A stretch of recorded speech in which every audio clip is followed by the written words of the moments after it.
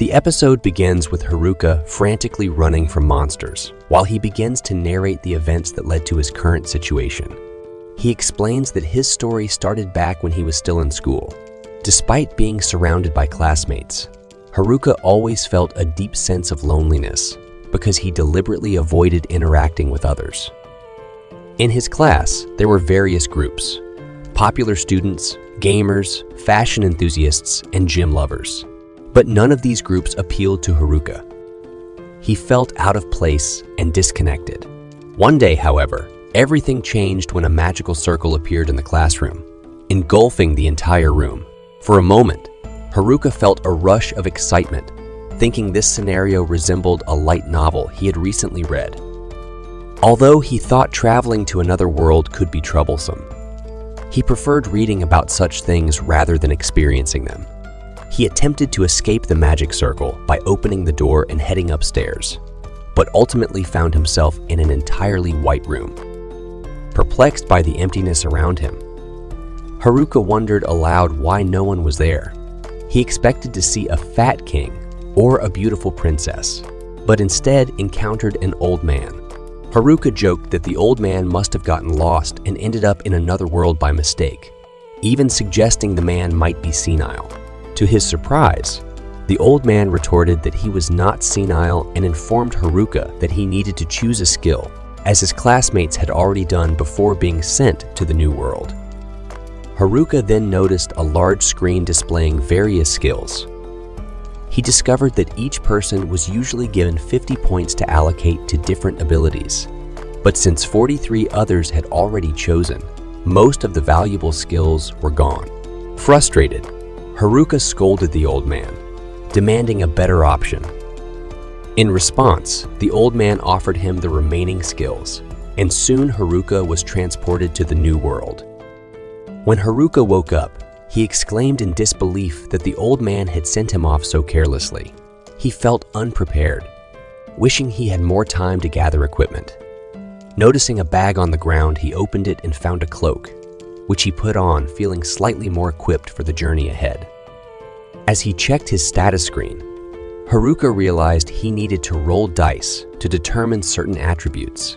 He recalled that the old man had granted him all the remaining skills, including dice. Rolling. After rolling the dice, an MM appeared, leaving him confused. He speculated that it might mean maximum, and when a window popped up asking him to allocate points, he invested them in luck. To his surprise, his luck stat maxed out. However, upon reviewing his other skills, Haruka was disheartened. One of his skills ensured that he would always be alone, preventing him from joining any teams. If he tried, people would run away from him. Another skill allowed him to control creatures, giving him the ability to befriend them. Haruka was taken aback by this, wondering aloud if he would truly survive alone in this world, just as he had been in the real world. Despite his disappointment, Haruka pressed on, deciding to find shelter and food. As he ventured through the dense forest, he noted how the trees blocked his view, making him anxious about potential monster attacks. Suddenly, he remembered the magical contact lenses the old man had given him. When he put them on, he realized they allowed him to see objects and their exact locations, even in the dark. Delighted by this newfound ability, Haruka felt more confident. With the lenses, he could easily locate edible plants and mushrooms. And as he filled his bag, he remarked how finding things had become enjoyable and effortless. After drinking from a river, Haruka notices a cave in the distance. Although he feels slightly apprehensive, he decides to enter and finds it empty. He unpacks his belongings and sets up his magical tent, feeling optimistic as he thinks to himself that he will be able to live comfortably there. With the firewood he gathered earlier, he lights a fire and remarks that the flames should keep monsters at bay. Reflecting on the day's events, Haruka realizes how much has happened and acknowledges his exhaustion, deciding it's time to sleep. But before drifting off, he checks his status and is pleasantly surprised to see that his fire magic has leveled up. The following morning, Haruka wakes up refreshed, thankful that his monster, Rappelling skills kept him safe through the night. After preparing and cooking a meal, he comments on how his survival skills are improving, but he reminds himself that he still needs to secure food and strengthen his defenses. While out foraging, Haruka stumbles upon some medicinal herbs, but is suddenly confronted by small goblins. Though small, Haruka recognizes that they are stronger than him and wonders if he can defeat them.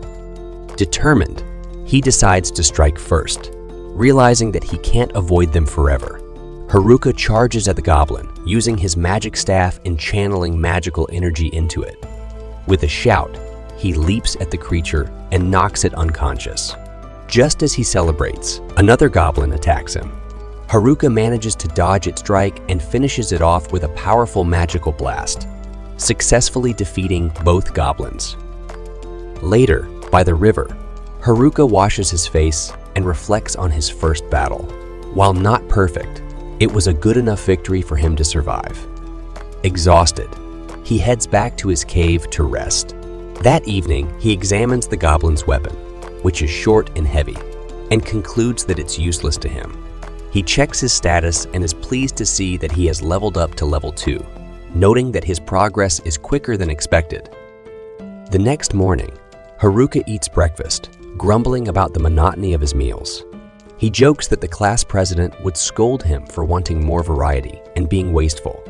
Nevertheless, he acknowledges that he solved the immediate problem of hunger and shifts his focus to getting stronger. Haruka doesn't like the idea of leveling up just by getting attacked by stronger monsters, so he decides to train in magic. He feels excited after receiving the forest's blessing, noticing that his body feels lighter, almost as if he's teleporting. Soon after, Haruka encounters another group of goblins. With his improved abilities, he attacks them one by one, marveling at how much stronger he's become since the previous day. He realizes he can now easily defeat 3 goblins in a row. After a long battle, Haruka decides to stop for the day. Satisfied with his magic training, he continues this routine for several days, and by the 5th day, he is able to defeat a goblin with a single blow. He also gathers materials to start building a home, feeling that everything is starting to fall into place. While out one day, Haruka spots a rabbit and chases after it. He manages to catch it, but as soon as he grabs the rabbit, a notification warns him that someone is nearby. To his surprise, his classmates appear. Not wanting to interact with them, Haruka quietly holds the rabbit's mouth shut to avoid making noise. He notices the class vice president among the group and reflects on how he's known her since the first day of school. Despite the situation, he thinks about how much he's changed in this new world. As he watches his classmates from afar, Haruka concludes that in this vast new world, he is truly independent. There's no one to tell him what to do, and nothing can stop him from becoming stronger. Confidently, he declares to himself that he is the only monster hunter in this world. Haruka notices the delinquents getting closer, so he quickly hides in the bushes nearby. Just as he does this, they hear a noise coming from the bushes and decide to investigate. As they move closer, Haruka braces himself, thinking he's about to be caught. Luckily, they only find the bunny he had released earlier, which then runs away. Frustrated, the delinquents leave, disappointed. Later, Haruka sees them gathered by the river, talking.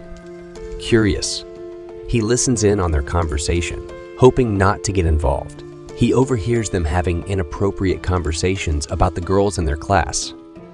One of the delinquents makes a crude comment about how the deputy class president's breasts are large. Even in this other world, others talk about the girls in the swim club. Haruka worries about the girls, but reassures himself that the class rep is with them, confident she'll see through the delinquents' bad intentions. He explains that the class rep has kept the troublemakers in line since first grade. The delinquents then ask one of the nerds with them, named Tanaka, if they can do whatever they want with their skills.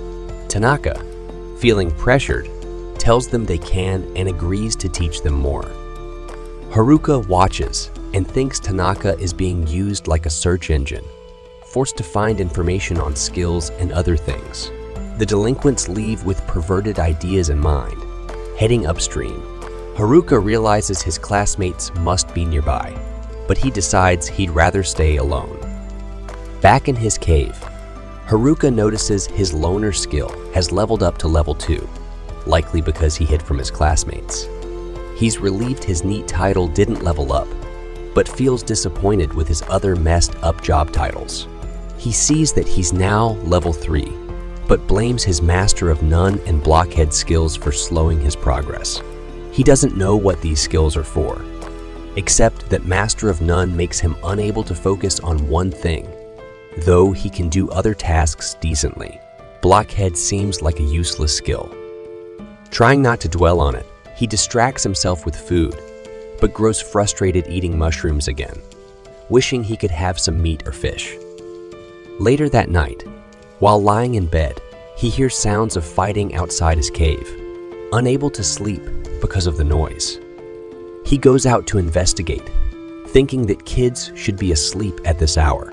He hopes it's not the delinquents and is surprised to find some nerds surrounded by goblins, struggling to fight them off. Haruka wonders if he should help, but first checks their abilities with his appraisal skill. He sees that the nerds are much stronger than him and are likely to be fine. They even have cheat skills, unlike him. He recalls that back in their old world, his class was filled with top athletes and students with the best grades in the nation, including children of celebrities. He always felt out of place in that group.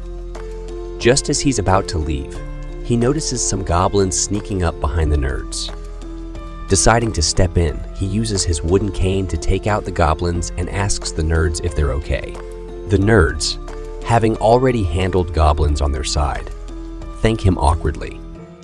They walk with Haruka, thanking him for the help, but Haruka downplays it, saying it wasn't a big deal. He feels awkward since it's been so long since he's spoken to anyone and realizes he's forgotten how to talk normally. Haruka takes the nerds back to his cave, where they're shocked to see how fancy it looks inside. He explains it's all thanks to his earth magic and packing skills. They can't believe he did all of it by himself and think it's unfair he has such a comfortable setup. Haruka then asks what happened to the rest of their classmates. The nerds explain that they've been on the run. When Haruka asks what happened, they start from the beginning. They recall the day they were summoned to this world, feeling confused and unsure of where they were. Soon, they realized they were in another world, just as the god had told them. Some of the girls began crying, thinking of their homes and families, while others were more annoyed, wondering what they would do next, with no clue about how another world works. The nerds, familiar with these situations from manga, checked their stats and recognized their skills. The delinquents demanded the nerds explain the details of the new world or threatened to beat them up. Meanwhile, the class rep stayed calm and kept everyone in line, even under the stressful circumstances. She warned everyone to stay quiet in the forest, but it was already too late. Goblins had found them. Even the class rep struggled to stay calm when she saw the monsters. The delinquents panicked, and some of the girls were terrified. The nerds, knowing these were just low-level goblins from fantasy stories, prepared to fight. They used their skills and knowledge to defend themselves. And seeing this, the jocks joined in, eventually defeating the goblins. After the fight, the class rep suggested moving to a safer place with better visibility, so they relocated to a spot by the river. There, the nerds taught everyone survival skills based on what they knew from manga and light novels. The class rep assigned duties to everyone, and the group slowly adapted to their new life. For a while, everyone worked together and managed to create some sense of normalcy in the new world. But it didn't last long. One day, the girls got tired of doing manual labor and refused to work. The class rep tried talking to the girls, but they refused to listen. Seeing this, other students started skipping their work too, thinking the nerds could handle everything since they were better at it. Despite the class rep's efforts, she couldn't get through to them. Frustrated and overwhelmed, she broke down. From then on, the class rep, the nerds, and a few others did all the work while the rest lazed around at the camp. The nerds were unhappy, especially since they had to fight monsters to level up. They remembered some delinquents had chosen skills like mesmerize and puppetry, which could control others, and were determined to get strong enough to resist them. Meanwhile, Tanaka secretly told the delinquents about their special skills and how to level up by fighting monsters at night. The delinquents planned to unlock these abilities to control others, unaware that the nerds were keeping a close watch. The nerds soon discovered the delinquents' harem plan, easily piecing it together from their crude comments about the girls. The nerds informed the class rep, who decided to raise her own level. A few days later, the delinquents finally unlocked their controlling skills, excited to fulfill their twisted desires. But just as they were about to act, the class rep intervened at the last moment. The delinquents tried using their skills on her, but soon after, they were found lying on the ground, unable to move. The nerds quickly used sealing skills to block their powers, and with their plans exposed, the delinquents were expelled from the camp. Angry, the delinquents launched a surprise attack on the camp, destroying everything and hurting their classmates before leaving, vowing to return. The nerds were devastated, seeing all their hard work ruined. The girls blamed the nerds, saying it was their fault for provoking the delinquents. Others joined in, but the class rep defended the nerds, knowing they weren't to blame. Still, things became awkward, and the nerds decided to leave the camp. Hearing this sad story, Haruka felt bad for the nerds and offered to treat them to a feast. But with only mushrooms to offer, they ate together anyway, spending the next day as a group. Haruka found comfort in the company, realizing it was okay not to be alone sometimes. The following day, the nerds left Haruka's home. They invited him to join them in a nearby town to become adventurers, reminding him how close they had been back in school, often sharing books. Haruka agreed, but declined their offer, feeling that his cursed skills would only hold them back. As they left, Haruka considered visiting the town himself, but decided first to check on the others, since the nerds had been worried about the class rep.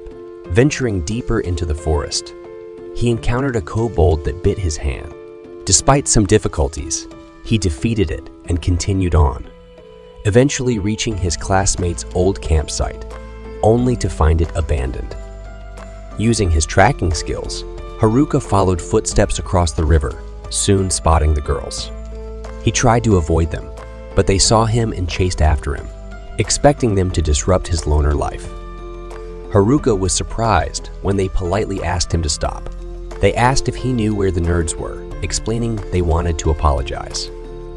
Haruka, shocked, asked why they suddenly cared. The girls confessed they had realized they were wrong and now understood the nerds had helped them survive. Haruka, unnerved by their sincerity, told them it was too late to catch up with the nerds. Still, they begged him to tell them where the nerds had gone, saying they wanted to make things right. Unsure if they were capable of surviving the journey and fighting monsters, Haruka wondered if they truly meant it.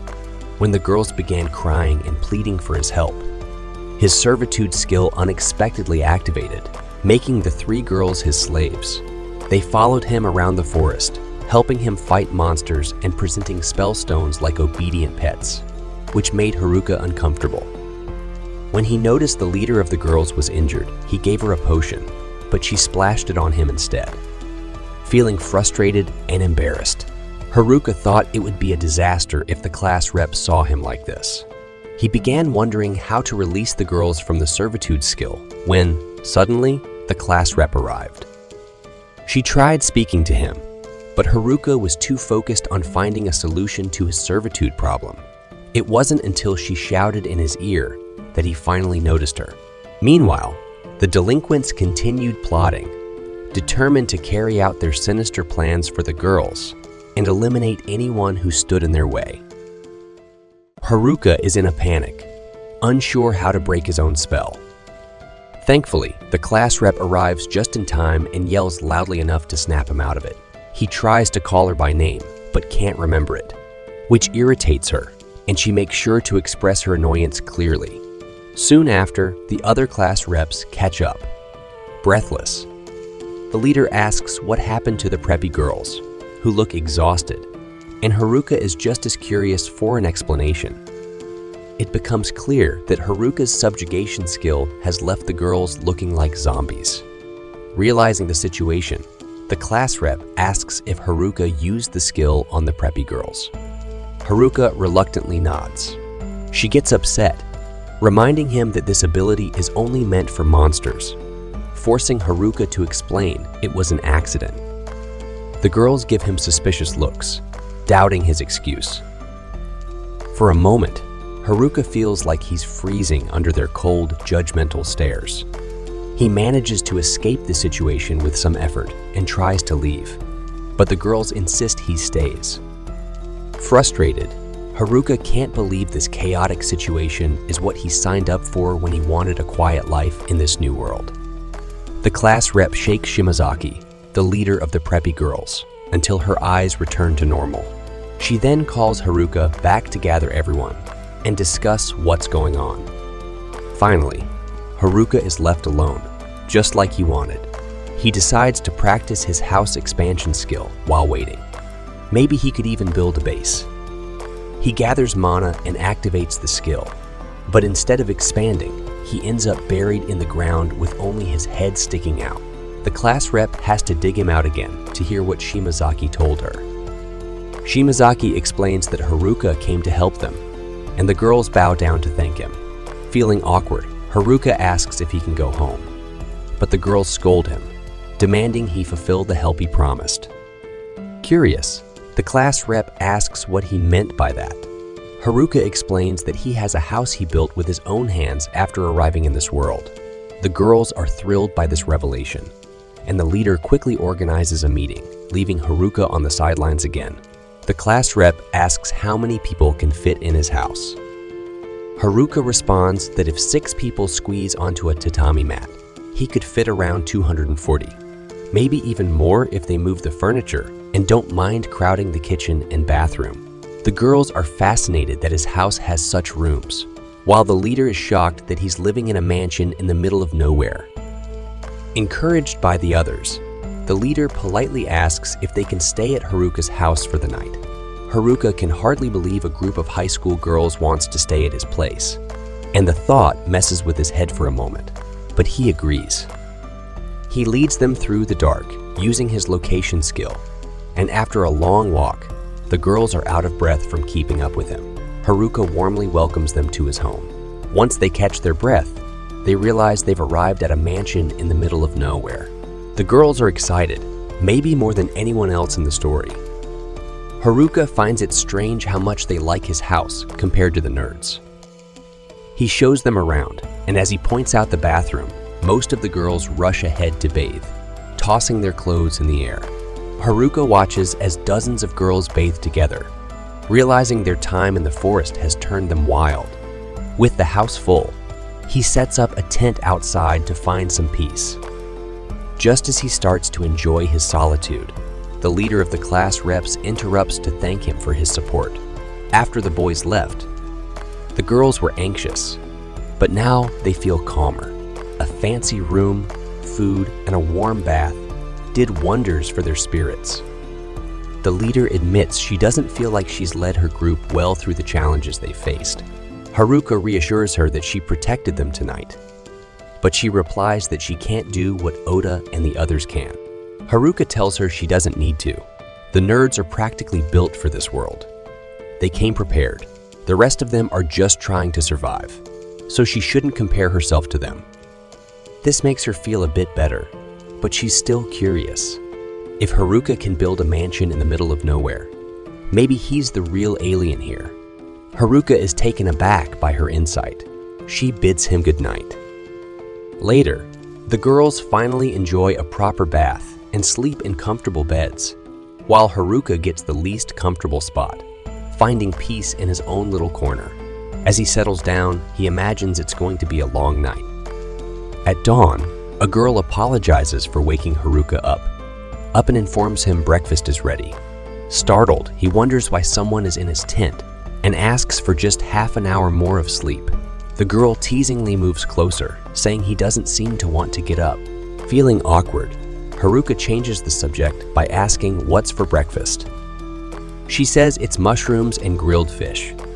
Excited, since he's been eating only mushrooms for days, Haruka accidentally headbutts her as they leave the tent. He skips the apologies and goes straight for the fish.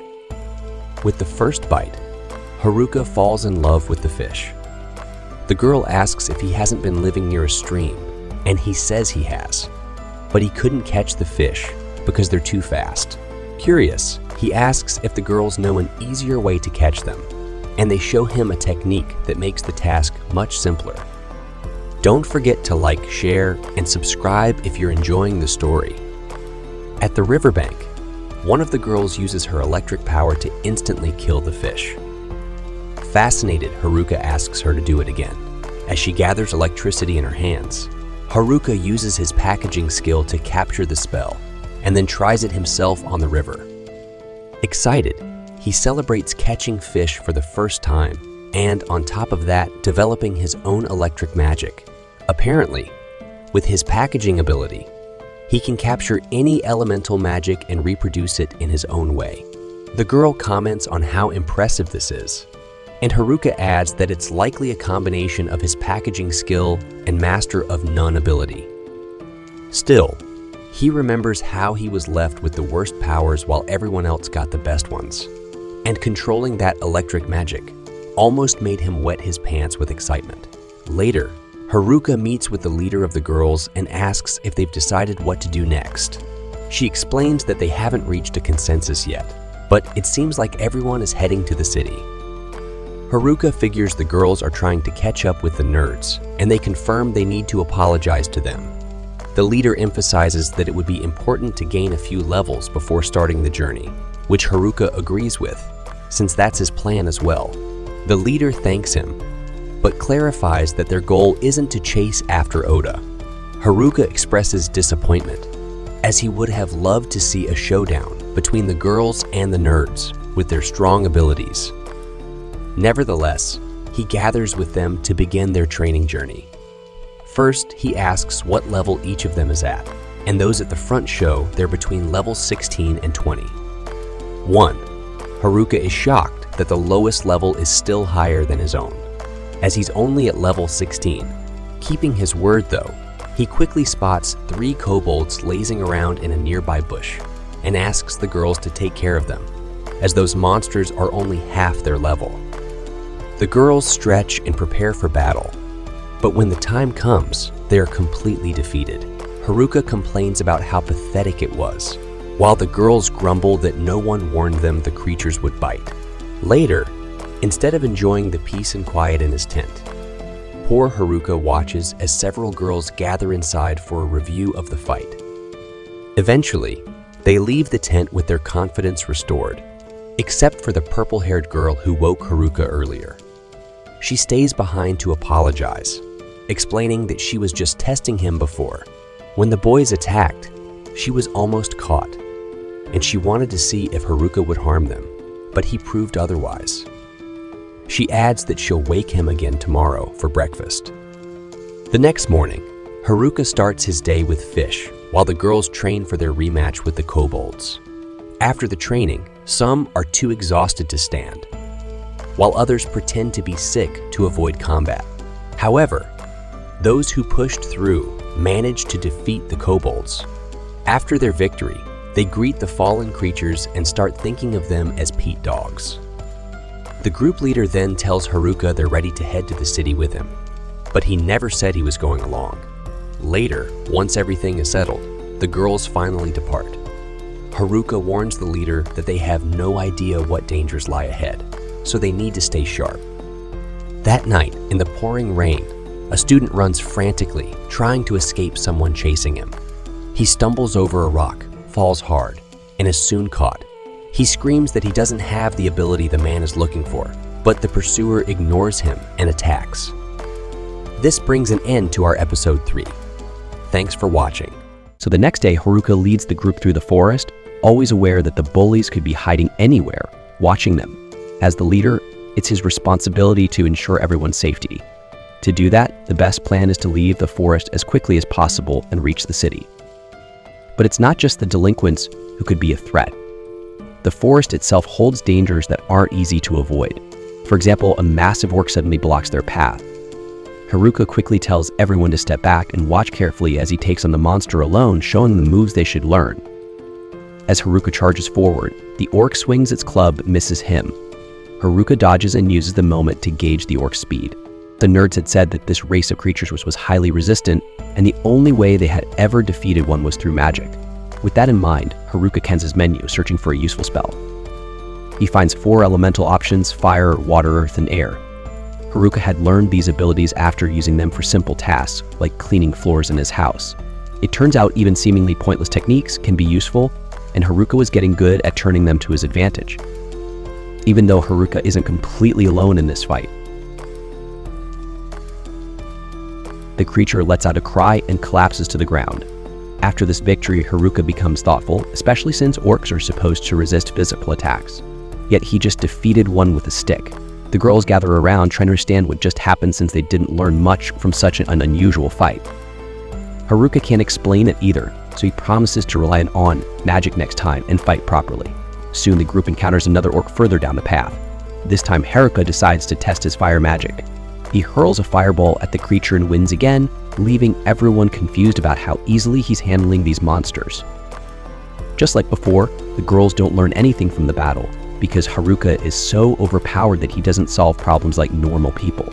So by nightfall though, the girls aren't as frustrated as earlier, especially since they now have roasted meat to enjoy as they relax at their makeshift campsite.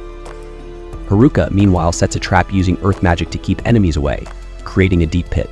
These magical tents not only repel monsters but can also detect their presence, so the girls would be safe. With everything prepared, Haruka focuses on planning the next day's route using a map he learned to summon with his evaluation skill. While studying the map and the river's location, he senses enemies nearby and rushes to check. From a distance, he sees some male figures and assumes they're the bullies, making him sweat nervously. But as they get closer, he realizes they're just athletes approaching him in a friendly manner.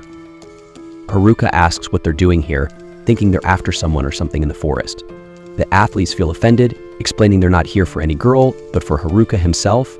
The girls in Haruka's group, however, don't trust anyone else from their class.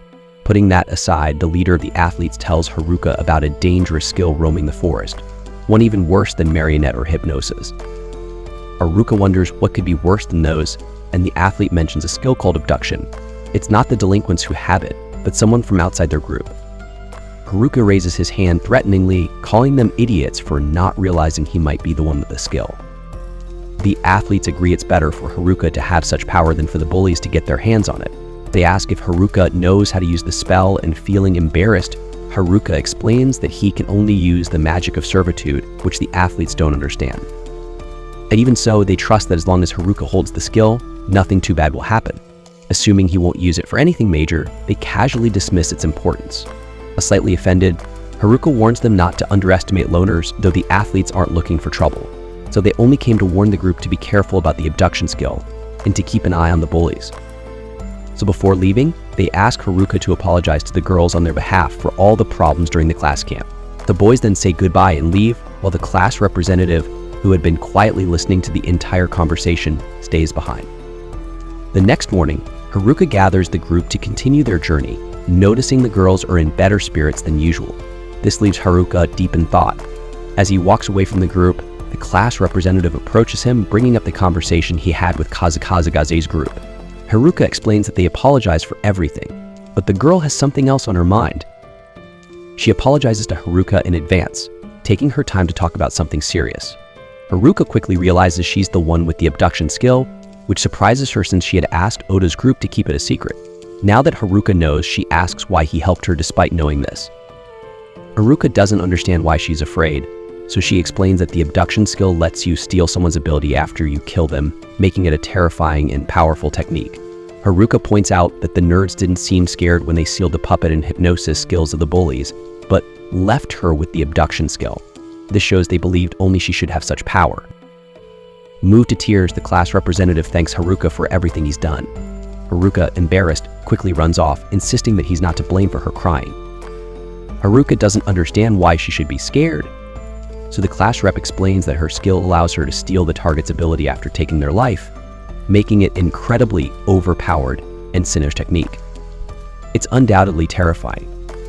Haruka then points out that the nerds weren't afraid either, since they sealed off the bully's puppet and hypnosis skills but left her with the kidnapping skill. This shows they trusted only her with that power. Moved by his words, the class rep starts crying and blames Haruka for making her so emotional. Haruka, embarrassed, runs away while defending himself from the accusation. The truth is, she's grateful for everything he's done. Later, the group continues their journey toward the river. When they reach a spot Haruka had in mind, he decides to test something he's been thinking about. Without hesitation, he dashes in a certain direction and activates his magic infusion. He uses the magic weight skill to lighten his magic, allowing him to leap high into the air, jumping from branch to branch until he reaches an impressive height. Of course, Haruka still hasn't learned how to fly, no matter how much he's tried, so he crashes to the ground, nearly losing all his HP. If it weren't for his magic infusion, he would have died, but at least he figured out a new path by playing bird for a few seconds. Still a bit dazed from the fall, Haruka tries to explain to the class rep how he returned to the group all battered up. Regardless, at dawn, the group sets off again, this time taking a much faster route. Along the way, they experience various events, such as the girls from the class taking the group bath and being chased by a trio of orcs at one point, but no matter what happens, the group stays strong and united as they move toward their destination. After the storm, calm finally arrives. In other words, they find the forest exit, and the girls cheer in celebration. Haruka, however, stays cautious, unsure of what dangers might be lurking in the hills. Checking his menu, he discovers that he's learned a new skill called airwalk, thanks to his performance the day before. Without delay, he tests the technique, scanning the area to make sure it's safe before continuing the journey with the girls. So as she looks around, Haruka spots a group of locals in trouble. However, just because they're being attacked by monsters doesn't mean they're good people. Haruka considers not helping them, but the girls vote on it, and the class rep commits to fighting if the group turns out to be bandits. Knowing she'd react this way, Haruka decides to go alone to avoid putting his companions at risk. To reach the group in danger, he repeats the magic he used the day before to run higher, this time adding a small tornado to boost his speed. The problem is that the tornado blows up, pulling the class rep along with him. She desperately grabs his cloak to avoid crashing to the ground. As if that wasn't enough, the two realize they can't stop their flight as planned, and they crash near the group's carriage like a meteor. After the dust settles, the local men are left bewildered, though Haruka managed to defeat the monsters surrounding them, and apparently knocked out the class rep as well. Soon, the leader of the group, a man with black hair, introduces himself as After. Another man names himself Gaddak. Haruka asks why they were attacked, and After explains that merchants were ambushed by a pack of great green wolves, so the guild placed a bounty on the monsters. The group thought they could make money from it, but from what Haruka sees, they were wrong. With nothing else to be done, After tells everyone to collect what's left of the spoils. After the battle, Haruka roasts a mushroom for Gaddak, who excitedly remarks that they're buffshrooms, mushrooms that provide buffs and are extremely valuable. Surprised, Haruka serves the rest of the group, and soon the girls feel as good as new. Watching this, Haruka begins to feel uneasy about these two men being in a group with such beautiful girls. Shortly after, the rest of the group catches up to Haruka, and the girls are delighted to meet an elf for the first time. The locals then guide them to the much-anticipated city called Amui. To mark the special moment, the group draws a line in the dirt to symbolize the beginning of a new life, and they leap over it, jumping toward their future. So meanwhile, the bullies continue leveling up in the forest, searching for the girls to prepare for the long-awaited showdown. A boy who had been captured by them advises the delinquents to break the seal on their puppet and hypnosis skills. However, the problem is that they need someone with the sealing skill to do it. In other words, the bullies must find the nerds who know how to break the seal before they can get their revenge. Strangely, during this conversation, the boy accompanying the delinquents lets out a sinister laugh. At the same time, the athletes watch the enemies from afar, realizing that nothing good will come of this.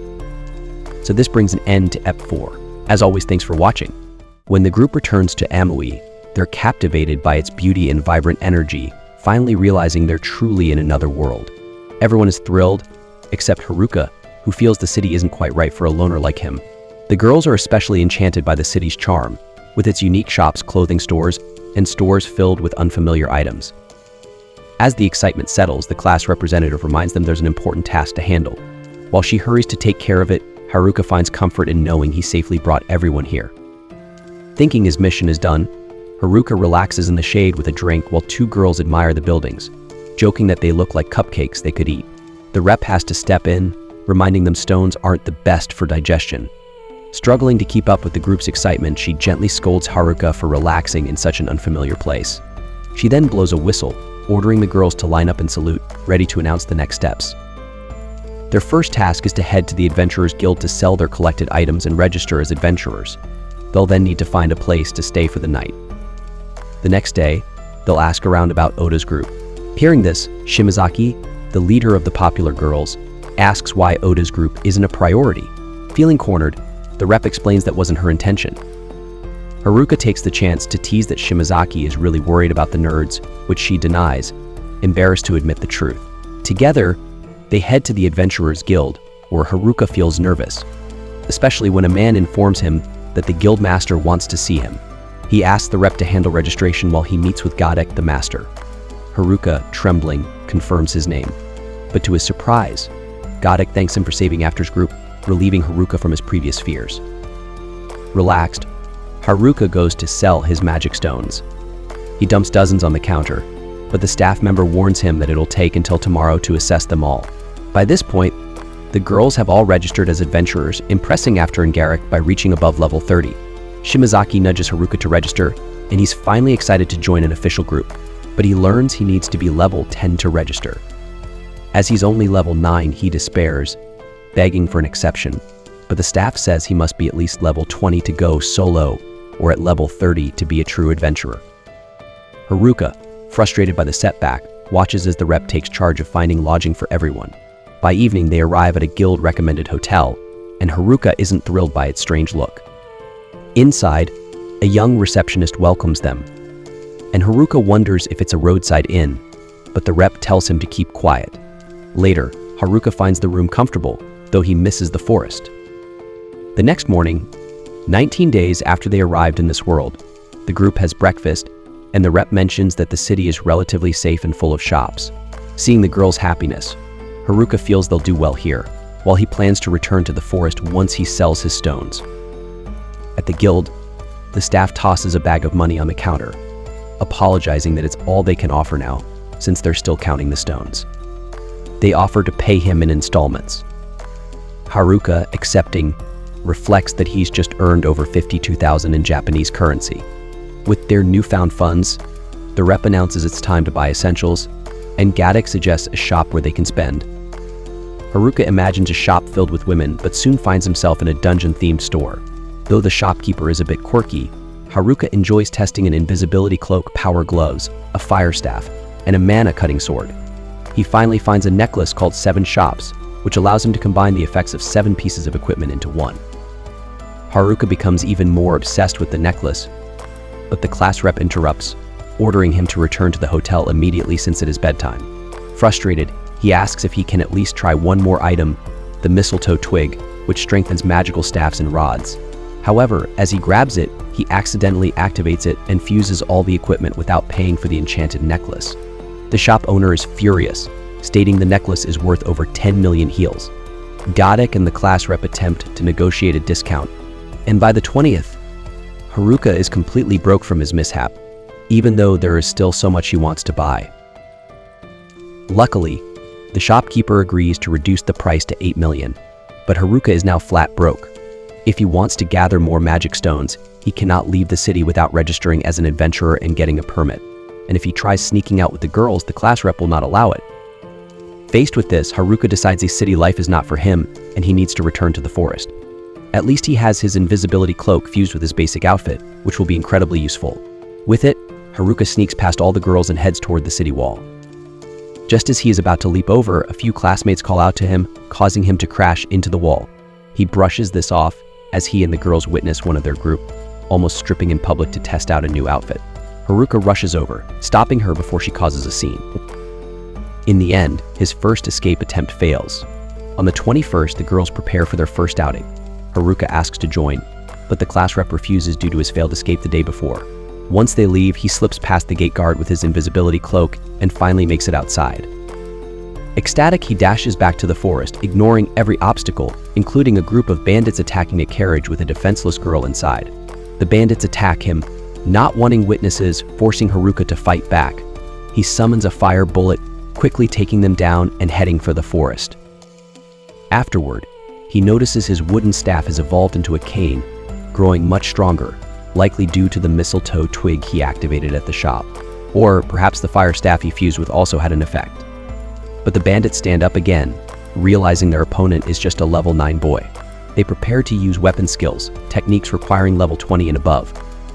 The first bandit uses slash, the second uses double, and the third attacks with dash. Haruka notices these are powerful skills, but the thugs do not know how to wield them well, so they quickly wear themselves out, losing by their own mistakes. Haruka realizes that weapon skills are powerful, but these enemies lacked control. The girl from the carriage thanks him, introducing herself as Muriel, a noble with an odd personality that Haruka cannot quite grasp. She explains that she is the daughter of a local lord and asks him to accompany her for the rest of her journey since she does not feel safe after the attack.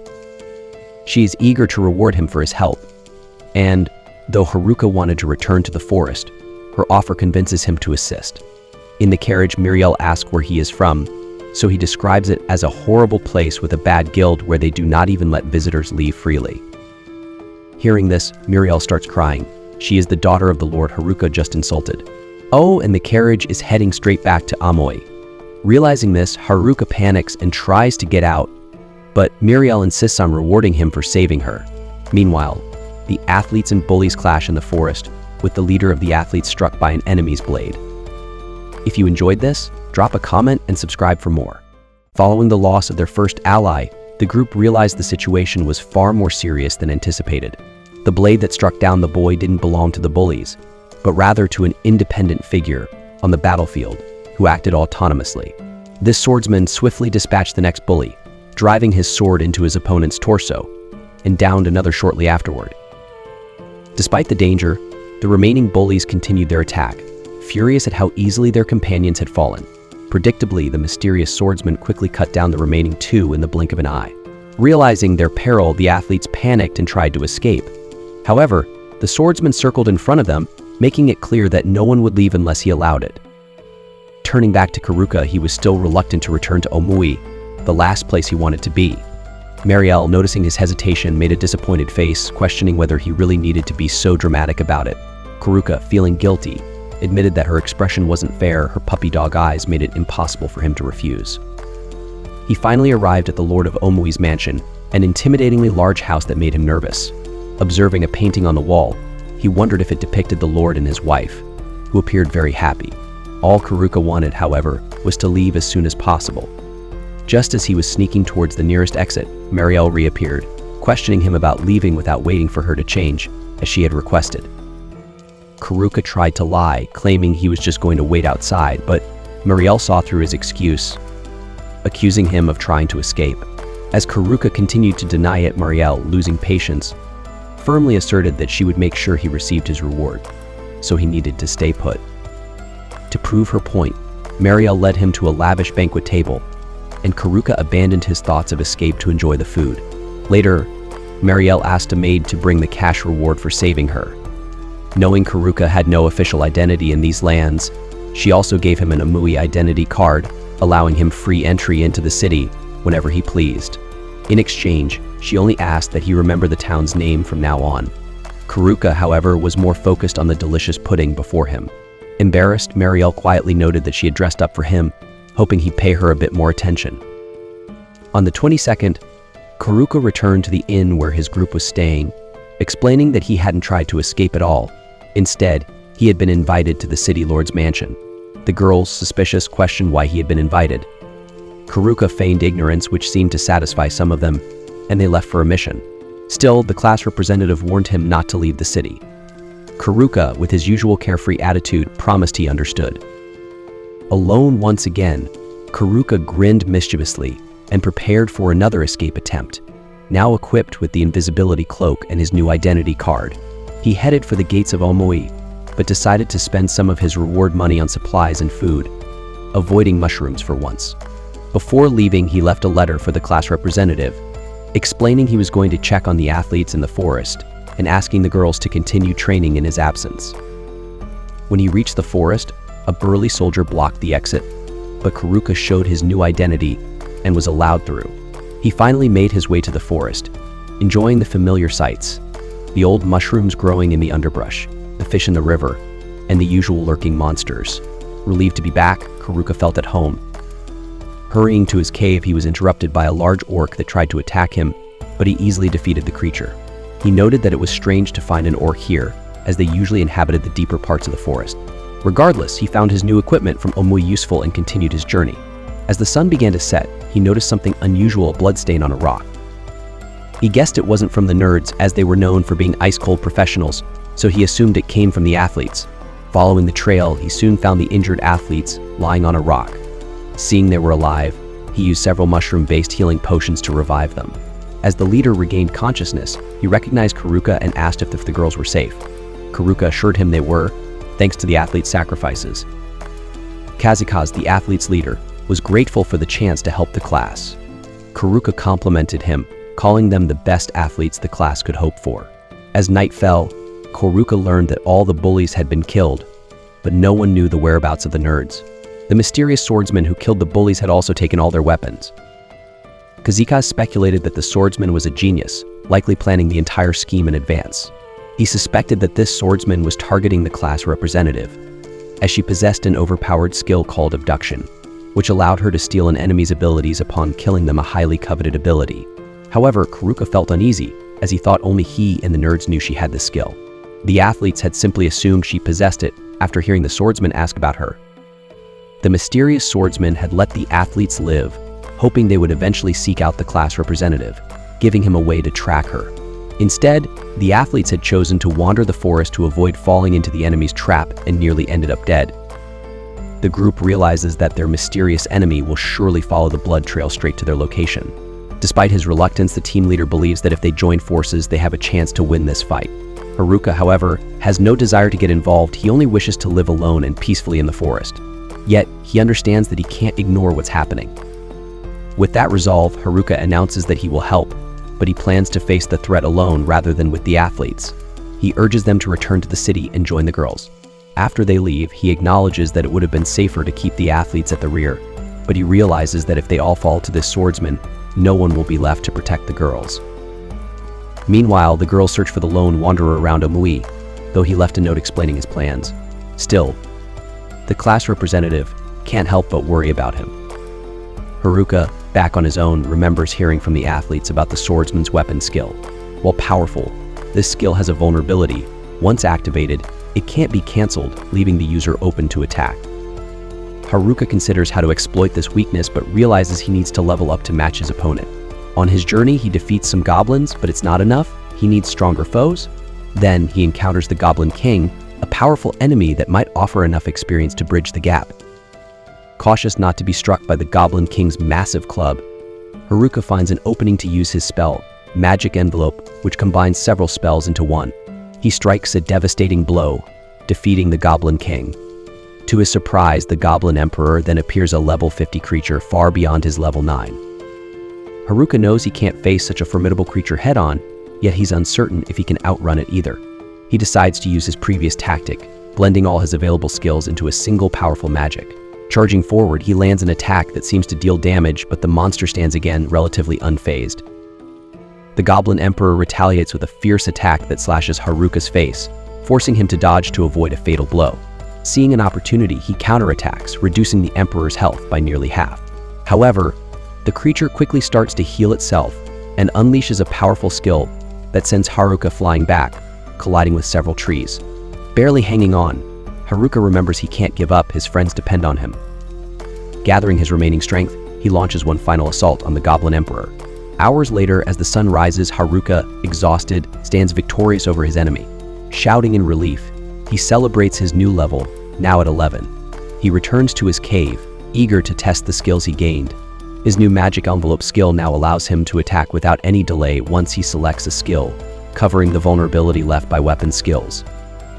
Later, a man approaches Haruka's dwelling. As he draws nearer, he lowers his hood, revealing himself to be Tanaka, the boy who had once appeared to be the bullied victim. However, it turns out Tanaka had far more complex motives than merely enduring bullying. Meanwhile, the girls return to Omui after another day of hunting, only to find the athletes waiting at the city wall. There, Kakizaki explains that Haruka stayed behind to face the enemy himself. In the forest, Haruka greets Tanaka with a sarcastic welcome. Tanaka, lamenting that he still hasn't reached the class representative, admits he went through great lengths to infiltrate the bully gang and manipulate them all. Haruka realizes that Tanaka orchestrated everything. He used the bullies to divide the class, and when Haruka demands to know what happened to the other men besides the athletes, Tanaka coldly reveals that they are all dead. With a smirk, Tanaka declares he has no time to waste on someone like Haruka, who ends up with weak skills. He's only focused on reaching the abduction skill. Enraged, Haruka raises his weapon to prevent him from leaving. Tanaka, now prepared to fight, decides to kill Haruka right then and there. Tanaka demonstrated his power with flair, lifting rocks effortlessly from the ground, creating a billowing cloud of dust around him. Smiling with confidence, he reminded Haruka of the terrifying abilities he'd mastered in the White Room. Unlike Haruka, whom he called a lone wolf, Tanaka claimed to use a vast array of techniques and was unafraid to use them. With a flick of his wrist, Tanaka hurled rocks at Haruka. Simultaneously, he activated his interference ability, a voice-based skill that temporarily disrupted Haruka's movements. Haruka's situation grew precarious, especially as his classmates watched helplessly from afar. When one of them tried to rush to his aid, Kazakaza stopped her, reassuring her that Haruka could handle it alone. Haruka, however, was barely dodging the assault. Every step felt heavy under the weight of Tanaka's interference, yet he managed to evade most of the projectiles. Impressed yet condescending, Tanaka commented that he hadn't expected Haruka to dodge so well, though he doubted his luck would last much longer. Despite the taunts, Haruka clung to his determination, keeping himself from defeat. Seeing Haruka's resilience, Tanaka demanded to know when he first grown suspicious of him. Haruka explained that he found it strange for a math prodigy to associate with bullies. Smiling, Tanaka praised Haruka's sharpness, admitting that he'd exploited his powers to manipulate those around him. With a flourish, Tanaka ensnared Haruka's foot with roots sprouting from the ground.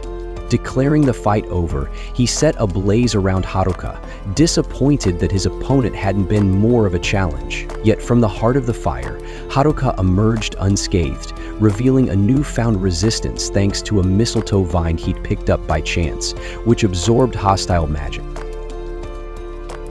Seizing this unexpected advantage, Haruka attacked with his cane, but Tanaka summoned a sword and blocked him easily, sneering at Haruka's moment of boldness. Deciding to up the ante, Tanaka rotated between weapons, a sword, spear, and scythe, confusing Haruka with a rapid, ever-shifting assault pattern. Eventually, a blow struck Haruka, sending him sprawling. As he stood, Haruka analyzed Tanaka's techniques and asked if he'd been using a mimic skill to copy others. Tanaka admitted that Haruka was astute and confessed he aimed to copy any powerful skill he found until he became unstoppable. Haruka knew the longer he fought, the more frightening Tanaka's abilities would grow. Even on the offensive, Haruka struggled, as Tanaka evaded every blow with illusion tricks. Haruka lowered his cane in frustration, which Tanaka saw as an opportunity, charging at him.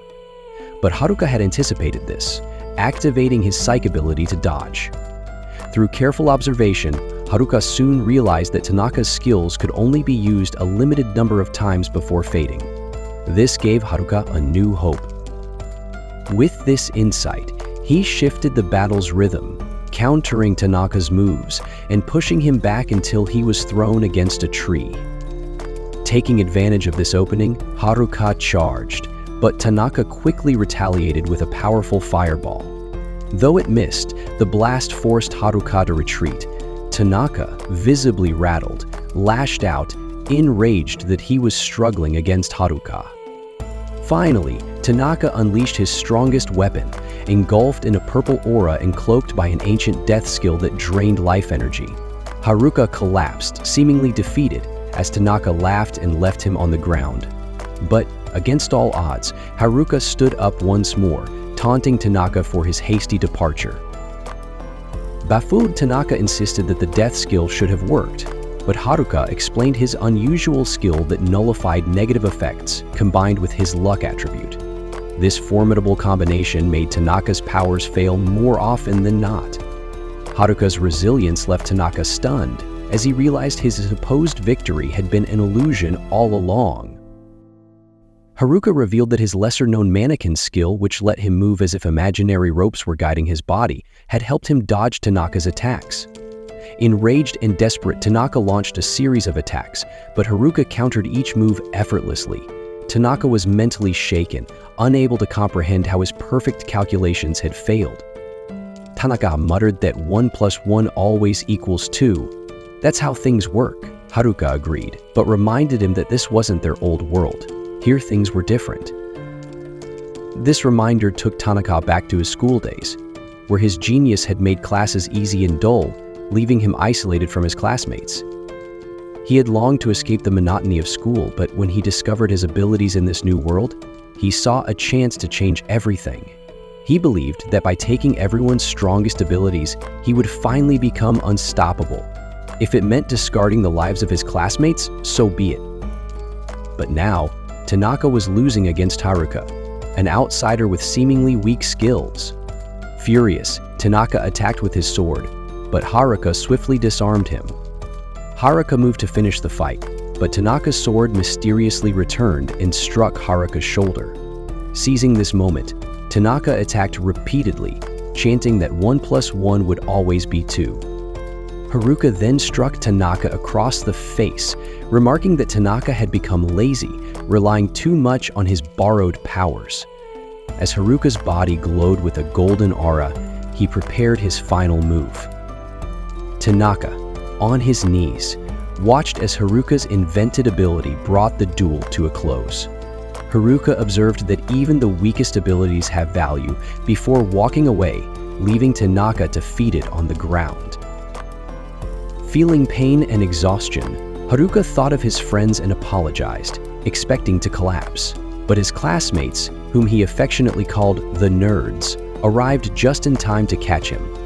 They had been searching for him, worried when they learned he was fighting alone. They carried Haruka back through the forest, and he wondered why they'd come for him. Oda explained that while they were away, the class heard Haruka was in the forest and wanted to help. Upon returning to Omui, Haruka received grateful attention from the girls, which he found uncomfortable. They insisted on giving him a bath, while the snobs apologized for trying to expel the nerds and thanked them for their help. Haruka felt he'd ensured everyone's safety, so he tried to slip away, but the class representative caught him, hugging him tightly and asking why he always wanted to leave. Seeing she was relieved, Haruka asked if he had made her cry again. She replied with a smile, happy to have her friend back. Soon, however, Haruka had to face the scolding of all the girls in the class for his reckless actions. Later that night, he dreamed of a mysterious girl emerging from the depths of darkness. The next morning, he crossed paths with his friends who were preparing to search for a rare item rumored to alter perceptions. Haruka, amused, teased Oda, who retorted that he didn't need criticism from someone as solitary as Haruka. The group set off, and Haruka reflected on his recent battles and friendship, thinking it might be time to return to his old life. But as he prepared to leave, he sensed the class representative nearby, her fury burning in her eyes, ready to confront him again. Haruka hoped he wouldn't face yet another scolding like yesterday's, but the class representative reminded him he hadn't yet heard her opinion. She seized the moment, asking why he faced such danger alone, and pleaded with him not to do it again. Haruka knelt and apologized, which the representative accepted with grace. Relieved, he thought that her disapproval was somehow more daunting than facing Tanaka in battle. To avoid her wrath in the future, Haruka decided to seek the rare item the nerds mentioned, one that could change how others see him. With it, he could finally avoid any more unjust reprimands. Meanwhile, in Loromi's mansion, Marielle urged her father to take a break from his work. Loromi acknowledged the need, but noted the city's economy was vulnerable due to increased monster attacks. making it essential to stay vigilant. Suddenly, a soldier who had scouted a dungeon returned with alarming news. An endless wave of monsters was approaching. At that moment, Haruka wandered toward the dungeon, sensing the monsters' presence nearby. He considered them a mere warm-up for the challenges ahead. At the Adventurers Guild, the guildmaster called on the class representative to handle the monsters, while Marielle arrived with urgent news that nearby villages had fallen to an orc horde. Haruka soon faced the advancing orcs, including an orc king he could not defeat with a single blow. But after a few swift attacks, the creature fell, leaving Haruka to wonder what had driven so many monsters to gather. For him, it was a minor concern. He was more focused on finding the rare item and using his stealth skill to enter the dungeon unnoticed. Inside, he searched treasure chests for the item he wanted, but found only useless equipment. He regretted not asking anyone for help and decided to consult the merchant in the dungeon's magic shop. As night fell, Anui's defenders braced for the anticipated monster attack. Yet, instead of orcs, Haruka strolled down the road, yawning. The class representative and her friends scolded him, frustrated at his frequent disappearances that left them worried. When asked about the missing monsters, Haruka casually mentioned he might have already dealt with them. Despite their thanks, the girls continued to complain that he always got into trouble. Later in the tavern, the guildmaster thanked Haruka for defending the town, but warned him not to be so reckless. Marielle and the representative joined in, leaving Haruka feeling further distanced from his ideal solitary life. He reflected on how the rumored item might let him escape from these constant reprimands. At dawn, Haruka visited the magic item shop and startled the owner, who assumed he was there to cause trouble. Haruka quickly explained his purpose. He was searching for an item that would make others like him. The shopkeeper guessed he wanted the pheromone ring, located on the 50th floor of the dungeon. Eager, Haruka asked how many floors the dungeon held, and learned there were around 100, each with a floor master guarding the way down. Hearing this, he rushed to gather supplies, determined to find the ring and finally gain some peace. While Haruka plotted his next move, two classmates overheard his conversation. The representative quickly learned that Haruka was after the mysterious pheromone ring in the dungeon. The girls resolved to keep him from getting into more trouble and set out to find him. Haruka continued on his way, but soon his perception skill alerted him to approaching figures. It wasn't another monster horde, but instead his furious classmates, led by the determined representative. Exasperated, Haruka asked what they were doing there. She accused him of looking for the pheromone ring. Trying to cover, Haruka lied, claiming he sought Solomon's ring, an item that let him speak to animals. His classmates didn't buy it, and in a moment of desperation, he darted off toward the dungeon. As he entered, a guard warned about the dungeon's dangerous conditions, but with no one willing to listen, he didn't try to stop the large group that followed. Haruka knew things would get messy if the representative found the pheromone ring first, so he sped up. She warned him he might fall into a trap with his reckless pace, but Haruka confidently replied that his luck would keep him safe.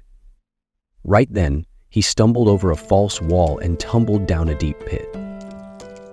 Desperate to save him, a friend reached out but was too late. Falling through floor after floor, Haruka used earth magic to soften his landing as if onto a cushion. He seemed to have plummeted all the way to the bottom, where the dungeon's final challenges awaited. Although he attempted to scale the walls with airwalking, he couldn't climb back up the endless levels. With no other choice, he resolved to find another exit. Exploring the dark corridors, Haruka discovered he had gained spatial awareness and trap detection skills. Activating these, he ensured the hallway was free of traps and soon came upon a door, heavy with a magical aura, suggesting a formidable presence beyond it. As he opened it, a powerful force pushed him back, but he stood firm. Before him was the dungeon's ultimate challenge, the Dungeon Emperor, a creature at level 100. Meanwhile, on floor 47, his classmates gathered around a bonfire, wondering where Haruka had gone. Each boss they defeated opened a teleportation path back to the dungeon's entrance, so some thought Haruka had returned to the top. However, Oda believed he had reached the bottom, where the Dungeon Emperor made the other monsters stronger. Though it sounded like legend, they decided to brave the lower floors to find him. Back in the lair, Haruka assessed his options. The Emperor's racial classes, Dullahan, Lich, and Undead King, signaled one of the strongest enemies he had ever faced. Realizing he'd have to avoid its long-ranged magic, he decided on close combat. His first strike with his staff was blocked at lightning speed by the Emperor's skeleton frame. Unfazed, he tried again, only to be blocked once more. Haruka knew he had no choice. To escape this dungeon and his looming troubles, he would have to defeat the Dungeon Emperor. On a stormy night filled with thunder, Mariel serves Tid, known as Father, and comments uneasily on the swirling dark clouds over the extreme dungeon. Her mind races with the thought that a threat far worse than the recent horde of orcs is brewing. Tid, the Lord of Omi, responds calmly, instructing his daughter to send an urgent message to the Adventurers Guild to prepare for an emergency. Deep inside the dungeon, Haruka faces the ominous Dungeon Emperor. Knowing the battle ahead is beyond anything he's faced, he calculates that only a seamless combination of all his skills will give him a chance. Using his agility, Haruka circles the skeletal monster, searching for an opening. When he strikes, the Emperor blocks effortlessly, its reflexes far surpassing his speed. Haruka resolves to move even faster, but despite his best efforts, the skeleton outmatches him. A narrow miss from the Emperor's blade grazes Haruka's torso, tearing his tunic and nearly ending his life. As the battle intensifies, Haruka's contact lenses flash unexpectedly, granting him a fleeting glimpse of the future. He realizes this new ability could tip the scales, but only if he remains completely focused. One mistake means certain death. With renewed determination, Haruka presses the attack, but exhaustion begins to take hold. His energy and magic are nearly depleted, and the Dungeon Emperor remains untouched. Strangely, instead of delivering a final blow, the skeleton hesitates. Haruka notices this unusual behavior and wonders why such a powerful foe isn't finishing him off. Examining the situation, Haruka sees dark miasma swirling around the skeleton's body, as if controlling it like a puppet. Just then, his staff begins to glow, seemingly awakening an unknown power. The weapon starts absorbing the miasma, and Haruka instinctively lets it act, hoping it will free the Emperor from the dark influence. He carefully maneuvers his staff closer, allowing it to draw in the grotesque substance, piece by piece. With persistence, Haruka succeeds in purging the miasma.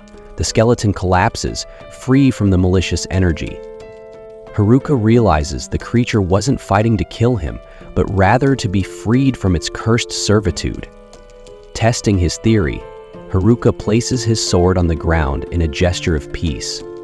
However, remnants of the miasma seep back into the skeleton. Haruka considers delivering the final blow to end its suffering, but hesitates, feeling it might not be the right choice. Instead, Haruka drops his weapon and embraces the skeleton, recognizing its long struggle against the dark force. To his surprise, the act activates a subduing ability, binding the Emperor to him. Haruka apologizes, admitting he doesn't know how to undo the skill. Nervously, he extends a hand in friendship. At first, the skeleton remains motionless, leaving Haruka fearing it's angry, but then the creature shakes its head gently, signaling it's not upset. Finally, the skeleton accepts Haruka's hand. Using his evaluation skill, Haruka discovers the creature's level has reset and its name has changed to Angelica. To his shock, the Dungeon Emperor was a girl all along. Bewildered, he pushes aside this revelation and focuses on escaping. With Angelica's agreement, Haruka uses his spatial awareness skill to locate a staircase. Just as they begin their ascent, an unexpected challenge arises. the next floor's boss, a towering living armor at level 100, blocks their path. Haruka stares at the imposing enemy, placing his hands on his head in despair. Exhausted and outmatched, he wonders how he'll overcome this new trial. Looking around for a way out, Haruka would give anything to escape this chaos and ascend the stairs peacefully, but realizing the odds are stacked against him, he quickly devises a plan. Raising his staff, he channels his earth magic to collapse part of the ceiling, intending to use his airwalking ability to climb through the opening. However, his escape attempt unveils an even more absurd twist. Two colossal minotaurs, each level 99, emerge from the gap. As if their dramatic entrance wasn't enough, the bull-headed beasts leap straight into the fray, only to land awkwardly on the living armor boss. The impact flattens the poor creature, reducing it to a lifeless heap of dead armor. Unfortunately for the minotaurs, their fall damage is their undoing, leaving them as nothing more than beef for the dungeon floor. Haruka stands in awe of his extraordinary luck stat, which, once again, has pulled off a bizarre victory. Yet the surprises aren't over. Angelica's attention shifts to the now vacant armor. With a spark of curiosity, she dons the gear, only to stagger under its weight. Instead of removing it, she casts a spell that magically adjusts the cursed silver armor to fit her live, feminine form. Intrigued, Haruka appraises the armor and discovers it fuses with the wearer's flesh and bone. He comments on its nature, but Angelica misinterprets his analysis as mocking. Flustered and pouting, she storms off ahead, like an exasperated class representative. Watching her retreat, Haruka muses about calling her the armor rep and follows along. The group resumes their journey, debating whether the person they're searching for has already ascended to the surface. They descend to the 50th floor, only to encounter a towering, four-armed cyclops. Meanwhile, elsewhere, Mariel reaches the Omu Guild to share her ominous premonitions. The guildmaster initially dismisses her concerns, pointing out that the guards haven't reported anything unusual. However, Ofter and Getek, seasoned adventurers, suggest erring on the side of caution and putting everyone on high alert. The guildmaster wonders about the new adventurers, but no one has seen them all day. This leaves Mariel uneasy, hoping her instincts are wrong. Back in the dungeon, Haruka notices Angelica sulking and offers her a small gift: a storage lid. Her mood improves slightly, but the reprieve is short-lived. Haruka detects a level 98 lich approaching, immune to physical attacks and vulnerable only to holy magic. Frustrated, Haruka contemplates escaping through another hole, but quickly abandons the idea, fearing more chaos might follow. The lich attacks without delay, forcing Haruka to dodge its deadly spells. Amid the chaos, Haruka recalls the holy magic within his staff. Taking aim, he channels the divine energy, marveling at how this seemingly unimpressive weapon continues to save him in dire situations. After defeating the lich, Haruka and Angelica face a series of challenges. First, they encounter giant moths at level 97. Aware of their toxic dust, Haruka lures them with fire magic, letting the flames hover as bait before intensifying the heat to incinerate them. On the next floor, they encounter vein crawlers, giant caterpillars at level 96, destined to transform into the moths above. Haruka traps them with a clever earth spell, rolling the ground over them like a magical steamroller. On the 95th floor, an ominous energy fills the air. Purple smoke swirls ahead, concealing swords lined up in eerie formation. Haruka and Angelica barely dodge a sudden ambush, revealing the floor's boss, the Living Sword, a level 100 menace. This cunning foe wields not only its blade, but also controls nearby swords to launch coordinated attacks. Irritated by the enemy's cheap tactics, Haruka realizes the key to victory is standing beside him. With unwavering confidence, he asks Angelica for help. She steps forward and with a single decisive strike, ends the battle. Haruka stares in amazement at his unexpected ally, grateful for her strength. Meanwhile, back on the 50th floor, Haruka's former classmates struggle against the Cyclops. Exhausted, Kazukaze recalls Haruka's words about their potential and rallies the group for one final push. Acting as a decoy, he draws the Cyclops' attention, allowing Oda to cast a devastating spell that pierces the monster's face and ends the fight. Haruka, now on the 85th floor, senses a massive horde of monsters waiting ahead. His journey through the dungeon is far from over, and the challenges continue to escalate. Outside the dungeon, the guard at the entrance complains about reckless kids rushing in despite the authorities' warnings of danger. Suddenly, a group of rats runs past his feet. Alarmed, the guard looks toward the dungeon and sees monsters approaching. He quickly rushes to the guild to inform the master. The guild leader realizes that the dreaded day has arrived, a dungeon stampede. This happens when monsters from the deepest levels of a dungeon overflow and invade the surface world. Upon hearing the news, Muriel feels her worst fears coming true, while Godek worries about the safety of the people living near the dungeon. The guildmaster retrieves an old document from his office and explains to everyone present that dungeons are like living beings. They grow downward, creating floor after floor. But when the dungeon reaches its limit, monsters on the deepest floor overflow, spilling out like water from a full glass. The guildmaster explains the only way to stop the stampede: someone must defeat the dungeon's final boss. Killing this boss will destroy the dungeon and all its monsters. Godek wonders who could take on such a dangerous task. Muriel briefly thinks of Haruka, but quickly shakes off the thought. Suddenly, the entire building shakes as the dungeon threatens to collapse. The guildmaster springs into action. He orders Ofter to lead the townspeople to safety in the shelters and instructs Godek to gather all capable fighters at the front gate to defend the city. Finally, the master surrounds himself with fire magic, ready to face the monsters.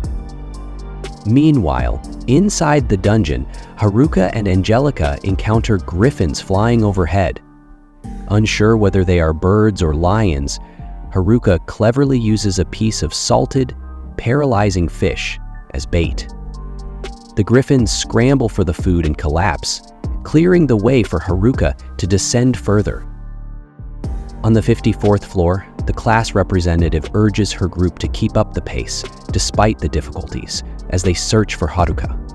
Their journey is interrupted by a pack of werewolves. Back in the city of Amayui, the adventurers barely withstand the first wave of monsters. Many are already injured. Realizing the severity of the situation, Muriel suggests they must send someone to contact Haruka, as he is the best chance to defeat the final boss. However, they have no way of reaching him. When Godek wonders who would be brave or foolish enough to deliver a message, everyone looks at Muriel. She immediately panics, refusing to go alone into the dungeon. Understanding her fear, the guildmaster assigns Ofter to accompany her, as he knows the dungeon well. Ofter hesitates, worrying about the city's defenses, but the master assures him that the remaining fighters can handle the situation. Reluctantly, Ofter agrees and calls for Muriel to prepare. Despite her fear and the sight of the injured around her, Muriel gathers her courage and prepares for the dangerous mission ahead. On the 81st floor, Haruka and Angelica found themselves in a water-filled area. Haruka noted that while the deeper floors were the most challenging, even the upper ones weren't easy. Suddenly, a school of aggressive fish attacked him. Angelica stepped in, swiftly cutting down the enemies with her sword. Haruka examined the creatures and identified them as level 81 swordfish. He realized he couldn't afford to let them swarm him. Thinking quickly, he remembered how fishmongers freeze fish to preserve them. Using his ice magic, he immobilized the fish, clearing their path. The two leaped across rocks to cross the water. However, a massive shadow appeared beneath the surface. It soon revealed itself as the floor boss, a giant fish that summoned a powerful wave. Angelica dodged to safety, but Haruka was struck and knocked underwater. While Angelica hesitated, unsure how to fight the aquatic monster, Haruka re-emerged, riding a board he had crafted with earth magic. With this, he expertly surfed the wave and struck the giant fish's head, defeating it. With the boss defeated, Haruka and Angelica continued their journey. Haruka started to enjoy the dungeon as he discovered valuable treasures: the Ring of Limitless Fortune, which increased luck, the Blessed Bracelet, which granted strange advantages, and the Necromancer's Jewel, which allowed control over the dead. While these items were powerful, Haruka's high luck stat rendered him immune to curses and diseases, making some of the relics less useful to him. He decided to give the gear to Angelica, saying she could benefit from it. At first, Angelica refused, but after Haruka insisted, she accepted, showing a surprising display of gratitude. Haruka found her reaction almost human, which was amusing since she was a skeleton. The skeleton used the relics and removed her helmet. She revealed her true form, a young and beautiful girl. However, hiding her identity, she quickly replaced the helmet and rejoined Haruka. Back on the 54th floor, Haruka's classmates had just defeated a pack of werewolves after a long and exhausting battle. As they recovered, a new noise startled them, but it turned out to be Muriel, who had been sent to find Haruka. She explained her mission, but broke down in tears upon learning Haruka was missing. The class representative reassured her that Haruka would surely resolve the crisis, while the others brainstormed faster ways to reach him. On the 74th floor, Haruka and Angelica traversed a fiery landscape filled with lava. The intense heat drained Haruka's energy, but his trap detection skills kept him on high alert. At one point, he stumbled, but Angelica caught him before he fell. She suggested they take a break, but even resting in such heat was difficult. Frustrated, Haruka found a small crevice, used his wind magic to create a makeshift fan, and yelled with relief. By chance, the class representative heard his voice through a hole in the dungeon and contacted him. She asked if he could climb up, but Haruka explained it wasn't possible without a rope. As no one had a rope, Haruka decided to continue descending and meet them instead. Before leaving, Muriel updated him about the city of Amui. She explained that the guild was struggling to fend off a horde of monsters. Though they had held off the first wave, a second was on its way, and a third would likely destroy the city. She emphasized that only by defeating the dungeon's final boss could they stop the stampede. Haruka paused, looked at Angelica, then casually told his friends, "I already defeated the boss." Oda questioned why another wave of monsters was coming if the final boss was truly defeated. After added to the doubt, asking Haruka if he was absolutely sure he had completed the job. He explained that as long as the last floor's boss was alive, the stampede would never end. Haruka faced a tough choice. He looked at Angelica, the armored figure who had suffered for so long in the shadows of the dungeon. She had endured endless torment before finally tasting freedom, and it felt wrong to take that away from her. Unable to keep it hidden, Haruka admitted he hadn't killed the final boss. His confession left his team on the higher floors in shock. Despite the weight of the situation, Haruka quickly began devising a plan to save both Angelica and the city. He reassured her, saying she didn't need to worry, but he would need her help to succeed. Turning to his team, he confidently declared that he would put an end to the stampede. Ofter, however, was furious, arguing that it would be impossible to stop the chaos without defeating the dungeon's final boss. But the class representative stood up for Haruka. She reminded everyone of his determination and resourcefulness, saying that even though he sometimes worried them, he always found a way to save the day. She trusted that Haruka would never let them down. Her unwavering belief in him helped calm the tension, and her words gave Haruka a renewed sense of purpose. Quietly thanking the class representative for her support, Haruka clenched his fists in determination. He promised to protect the people of Omui and to free Angelica from the curse that had trapped her for so long.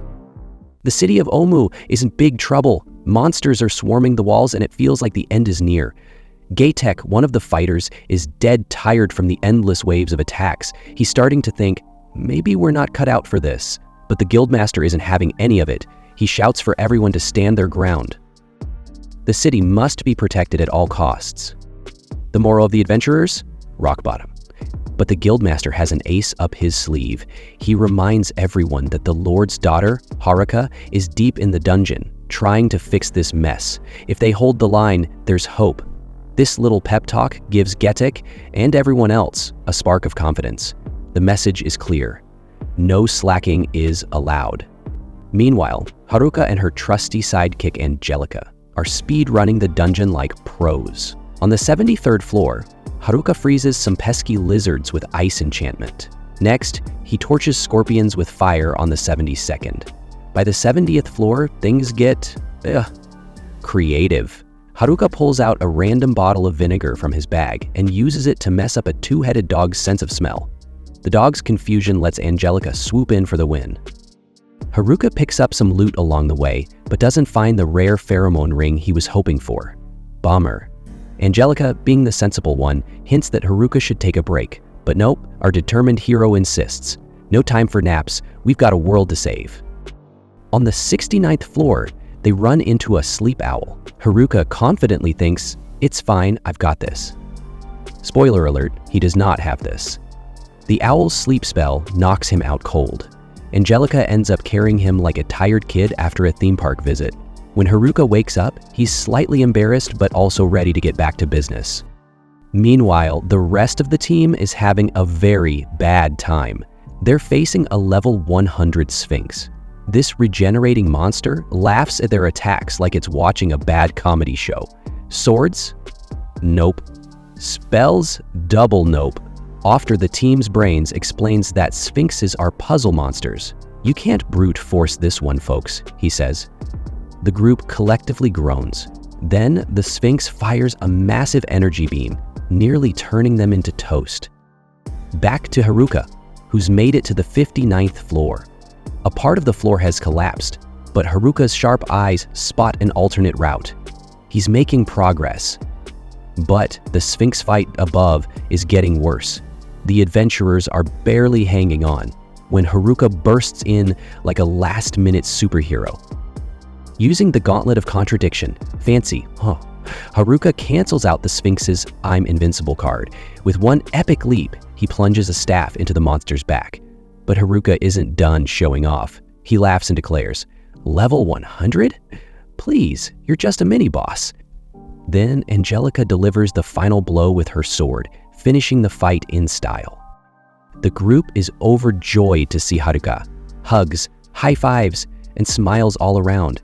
One of them asks about Angelica, but before Haruka can answer, the floor crumbles under him. Again.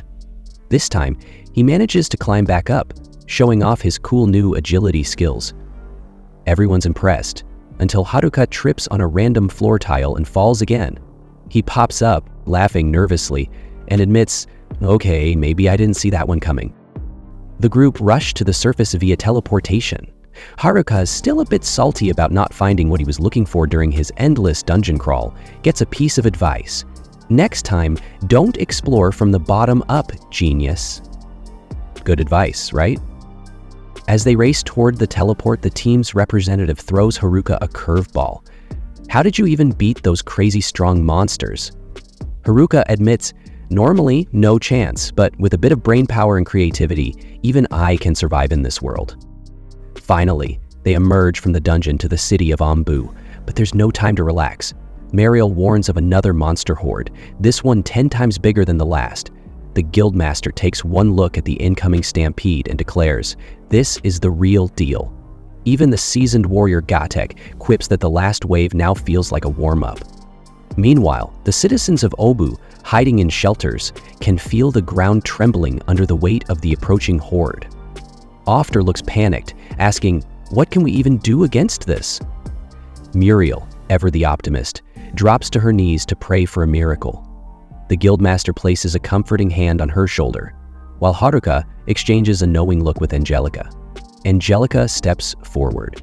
Without a word, she raises her sword high and unleashes a blast of energy so powerful, it's like the sun itself decided to take sides. Monsters disintegrate left and right, and the adventurers have to shield their eyes from the blinding flames. When the light finally fades, the battlefield is eerily quiet. The horde? Gone. Ombu is safe. Haruka approaches Angelica, who's still kneeling with her sword in the ground. Looks like the plan worked. The representative and the others rush over, bombarding Haruka with questions. Kazakaze assumes Haruka is behind the miracle, but he's quick to set the record straight. "It wasn't me, folks. That was all Angelica." Cue Oda, the group's resident nerd, who asks if Angelica is the legendary Dungeon Empress. The revelation causes a stir. How could such a powerful being be fighting on their side? Haruka reassures everyone that Angelica is no threat to Ombu. In fact, she's been his partner throughout the dungeon crawl, saving his hide more than once. Oda, ever the know-it-all, reminds them that the Dungeon Empress is supposed to be the most powerful monster in any dungeon hierarchy, even above the Dungeon King. Haruka shrugs and jokes, "Wow, Oda, you've really done your homework." Turns out, Oda's not wrong. Angelica is indeed the Dungeon Empress. Even though she was mysteriously reduced to level 1, she's still capable of wiping the floor with anything in her path. The catch? Her powers only work on monsters from her dungeon and within a certain range. But hey, it worked out in the end, didn't it? Someone wonders where the disintegrated monsters went. Haruka theorizes they were simply sent back to the dungeon, which seems to satisfy everyone. With the city safe, the people of Ombu emerge from their shelters, celebrating their unexpected victory and basking in the peaceful late afternoon glow. The next day, Haruka decides to sort through the loot from their expedition. He sets up a sale, offering all the rare gear at bargain prices. Naturally, chaos ensues. It's like Black Friday, only worse. Adventurers scramble to snatch the best items, with the girls showing their monstrous determination, while the boys huddle in fear. Haruka, feeling generous, hands out some personal items to ensure the guys don't leave empty-handed. Once the frenzy dies down, Haruka turns his attention to Angelica. After all, she's spent so much time alone in the dungeon, can she really adjust to life in the city? Only time will tell, but for now, it seems Ombu has gained a new, mysterious ally. Angelica was suddenly the center of attention, surrounded by all the girls in class, ready to fire off their burning questions. Shibazaki kicked things off with a bold one. Since Angelica was called Emperor, was she actually a man? Angelica, as calm and mysterious as ever, silently shook her head and confirmed she was a woman. The next question, her age. Angelica held up 17 fingers, revealing she was the same age as the rest of the girls. That bit of info sent the class into a frenzy as they imagined all the chats and bonding they could have with this enigmatic new addition. Despite all the excitement, Angelica was clearly a bit nervous. The class representative gently held her hand, encouraging her to open up about herself, even a little. That's when the group learned the jaw-dropping truth. Angelica had been trapped in the deepest, darkest level of the labyrinth until Haruka had swooped in to save her. Her rescue was no small feat. Yam had left her to die, and Haruka not only saved her, but broke the curse holding her down.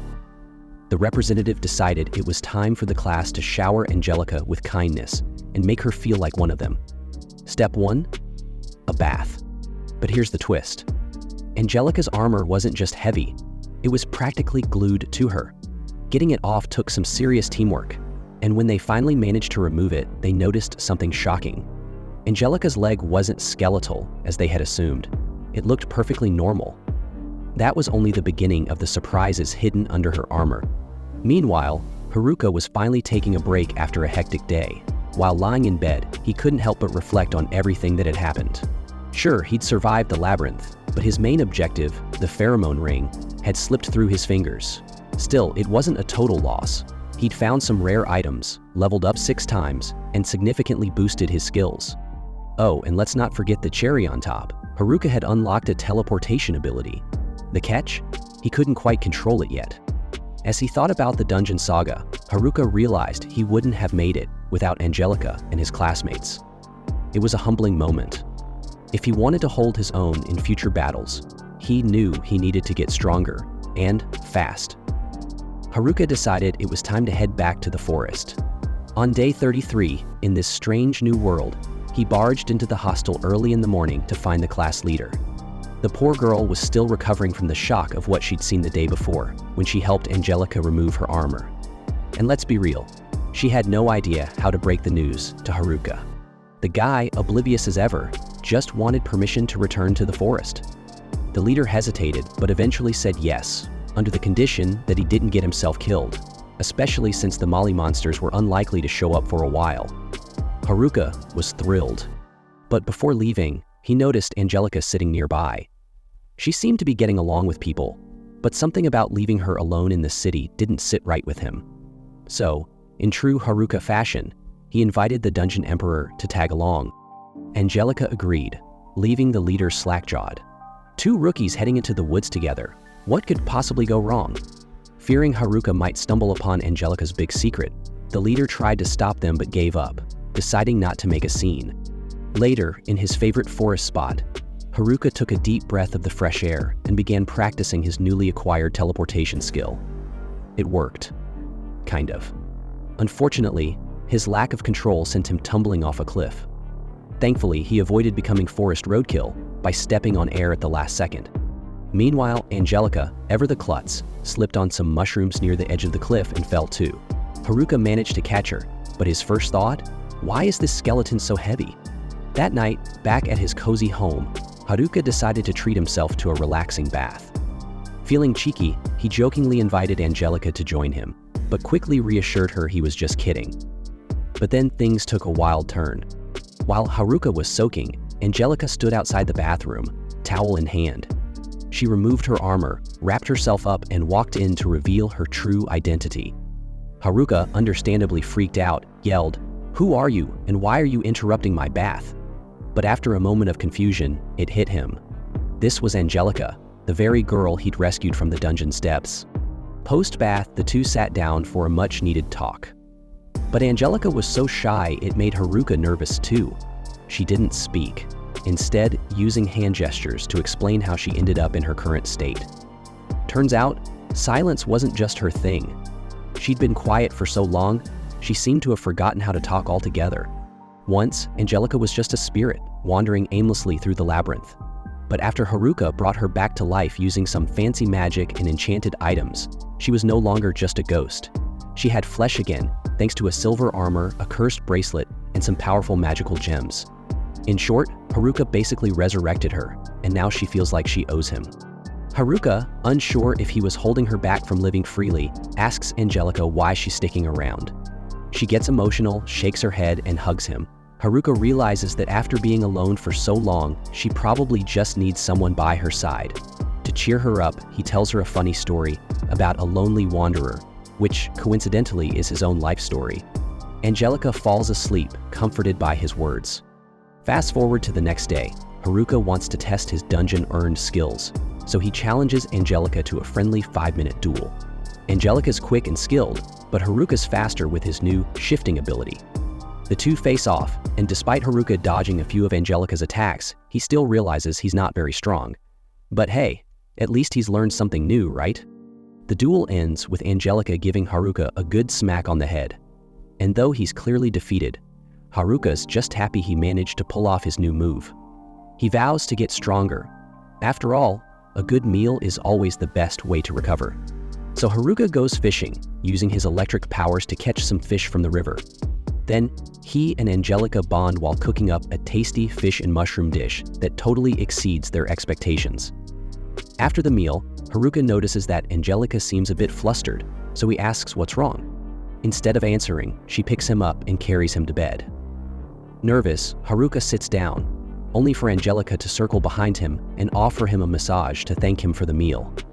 Unfortunately, Angelica's massage technique leaves a lot to be desired. Haruka can barely hide his discomfort as she misses all the right spots. Still, he grins and bears it, not wanting to upset her. Not satisfied with just a massage, Angelica wants to do more for him. So Haruka takes her outside to admire the beautiful, starry sky. Angelica seems a bit distant, so Haruka kindly offers her the chance to sit closer if she wants. Haruka, realizing that Angelica only knows the harshness of war, decides to teach her a thing or two about normal life. To show his gratitude, he gently pats her head. But instead of a warm response, Angelica turns away, trembling like a shy kitten. Haruka touches her shoulder and reassures her, understanding she's trying her best to adapt to this new, non-battlefield world. He invites her to return to the city with him tomorrow, and she agrees. The two then sit quietly under the starry sky, soaking in the peaceful moment. The next morning, day 44, rain starts to pour as they head to Omu. The pair quicken their steps, eventually arriving inside the city walls where the rain has cleared. The girls from the group greet them enthusiastically, but there's a catch. They're giving Haruka and Angelica that look. You know, the "we totally know what you did last night" look. The source of their assumptions? Haruka and Angelica were holding hands. Amid the cheerful reunion, the group chats happily with Angelica, thrilled to see her again. That is, until Kazakaze, the ever-energetic representative, shows up. She gives Haruka a playful jujitsu takedown, teasing him for spending the night alone with the blonde knight. Naturally, this causes all the boys to swarm around Haruka, eager for juicy details. Meanwhile, Angelica, flustered by all the attention, returns to Haruka's side. He casually tells her to mingle with everyone, thinking nothing of it. But then, she does the unthinkable. She speaks. With great effort, Angelica softly asks Haruka to wait and manages to thank him for everything, leaving him stunned. Afterward, Haruka watches as Angelica bravely joins her new friends. Left to his thoughts, he reflects on something profound he's learned in this new world. Everyone has their own struggles, insecurities, and moments of loneliness. Yet, being lonely doesn't mean being alone. Haruka, the self-proclaimed lone wanderer, knows this truth better than anyone. Despite his title, he's no longer truly alone, and that's why he'll keep exploring this world, forging bonds and sharing experiences, because life is meant to be lived with others, even for a wanderer. And with that, the anime comes to an end. Thanks for watching. Don't forget to like, share, and subscribe for more recaps, and join our WhatsApp group for updates.